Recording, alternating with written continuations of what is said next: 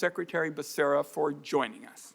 I'm going to start off, colleagues, with a little bit of history. Topic 1, drug prices. In July of 2020, Donald Trump said, and I quote, "Since the day I took office, I have made reducing drug prices one of my highest priorities." For 4 straight years, Donald Trump complained about high drug prices, did lots of finger pointing at others about the problem, and repeatedly talked about how he was the best friend seniors who depend on Medicare could have. What was actually accomplished over his 4 years? Exactly nothing. Fast forward to the Biden administration. From the time Joe Biden took office, President Biden made it clear that he was committed to lowering drug prices and health care costs for families. I remember him having a conversation with me shortly after his election, and he said, the Finance Committee is the place where things happen, and everybody's been talking about doing something about drug prices forever. Now it's time to get something done and to actually help seniors. Not just talk about it, because there's been plenty of talk, but actually get results that provide real pocketbook relief to seniors and consumers. 2 years later, President Biden, because Senator Stabenow and many colleagues who are on this side of the aisle worked very hard to get results, to lower prices on medicine, and President Biden signed the Inflation Reduction Act into law. For the first time under the law, Democrats and President Biden gave Medicare the authority to negotiate better drug prices. And understand what that means. It means that seniors beat Big Pharma. Big Pharma's holy grail, what they cared about more than anything, is prohibiting negotiation for a better deal on medicine. Look at what they're doing right now, going to court, trying to stop any negotiation. But we got it written into law that there was going to be negotiation. And on top of it, most Americans have access to free vaccines. Insulin costs for seniors were capped at $35 a month. And as we said, Senator Stabenow and I talk about it all the time, you know, when the government leads on these issues, particularly the showpiece of American healthcare, Medicare, almost always the private sector copies it. And so we've seen some real progress in the private sector as well. Not as much. We want everybody in America to get that pricing relief, but we're making real progress. We also created price gouging penalties for the first time to hold Big Pharma accountable for high drug costs. Those are already benefiting patients and taxpayers. Plenty more to do.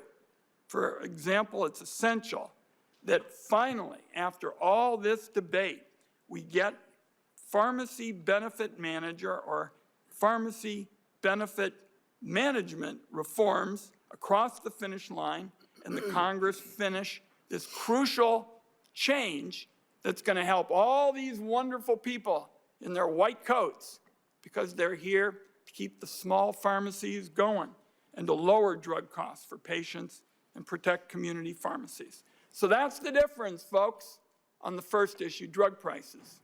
Donald Trump, President Biden. Topic 2, health insurance. In March of 2019, Donald Trump tweeted, "The Republican Party will become the party of health care." With the help of Senate Republicans, his #1 health care goal, stated again and again, #1 goal, repeal the Affordable Care Act. Just get rid of the whole thing. On that one, he failed, fortunately, as well.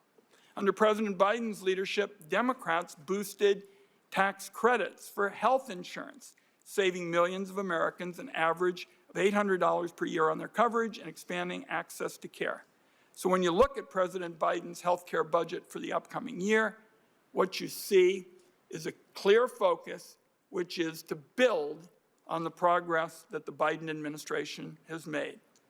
So with all these health care challenges in mind, The next question is, what do Donald Trump and Republicans have planned when they talk about health care? The American people are wondering, because not once during the ACA repeal and replace crusades, not once did we see an actual replacement. 7 years after the effort to repeal the ACA crashed and burned, nothing has changed. Donald Trump still says, let's get rid of it. He still lacks a plan to take care of all the people whose health care coverage his doing that would actually rip away. And now, apparently, he's even talking about gutting Americans' hard-earned Social Security and Medicare benefits. No plan to keep seniors out of poverty and illness either. So that's the difference, folks, between what Senate Democrats and President Biden are talking about and what Donald Trump is talking about. The Republican health care plan is shred the programs that exist today that countless Americans rely on and just pretend everything's going to be fine. So on these issues, I think it's clear that there is a gap between President Biden and Senate Democrats and Donald Trump with respect to health care. The gap between those Trump promises and Biden action on health care, the difference on the actual record between the two is as deep as Crater Lake. Democrats made promises to the American people, and we got results we delivered. And I'm going to wrap up by saying there's another issue today that's pending that's very important for kids and health care, and that is to get our bipartisan tax deal with Congressman Jason Smith passed in the Senate. You'd help 16 million kids and immediately lift 400,000 kids out of poverty. Now, you don't have to take my word for this.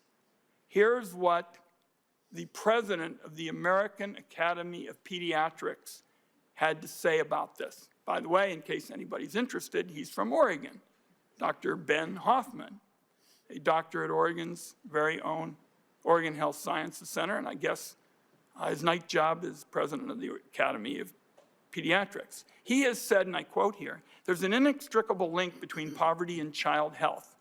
An inextricable link, folks, between poverty and child health.